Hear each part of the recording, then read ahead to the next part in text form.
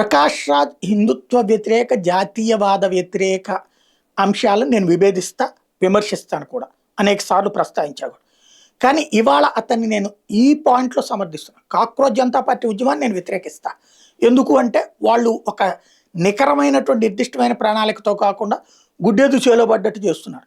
Neat విద్యార్థులకి ధర్మేంద్ర ప్రధాన్ రాజీనామా కరెక్టే, బట్ ఇక ఒక స్టేజ్ వరకు అది అయిపోవాలి. ఆ డిమాండ్ వరకు నేను అభ్యంతరం పెట్టను.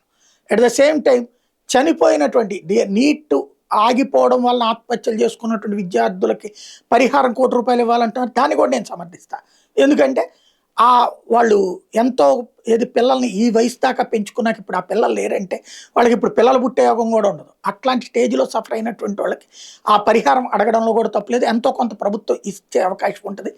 అలాంటి పోరాటాలు ఆ 2 అంశాలు నేను సపోర్ట్ చేస్తాను. బట్ మిగతాది ఏదైతే దేవుళ్ళని దూషించడం, జాతీయవాదాన్ని దూషించడం, ఇట్లాంటి దాన్ని నేను వ్యతిరేకిస్తాను.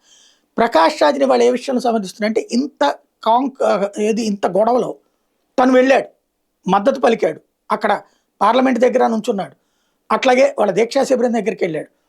మిగతా యాక్టర్లు ఒకప్పుడు ఎవరైతే ప్రచారం ముందు అమీర్ ఖాన్ కావచ్చు, అనుపమ్ ఖేర్ కావచ్చు, అమితాబ్ బచ్చన్ కావచ్చు, వీళ్ళందరూ గతంలో అన్నా హజారేకి అయితే అటెండ్ అయ్యారు, ఆ తర్వాత మిస్ అయిపోయారు.